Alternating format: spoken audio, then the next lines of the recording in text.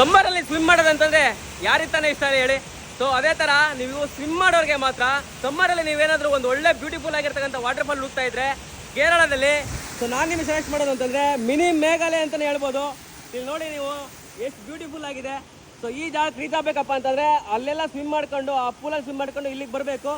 So ಇಲ್ಲಿ ಬಂದರೆ ನಿಮಗೆ ಅದ್ಭುತವಾದಂಥ ಕ್ರಿಸ್ಟಲ್ ಕ್ಲಿಯರ್ ಪೂಲು.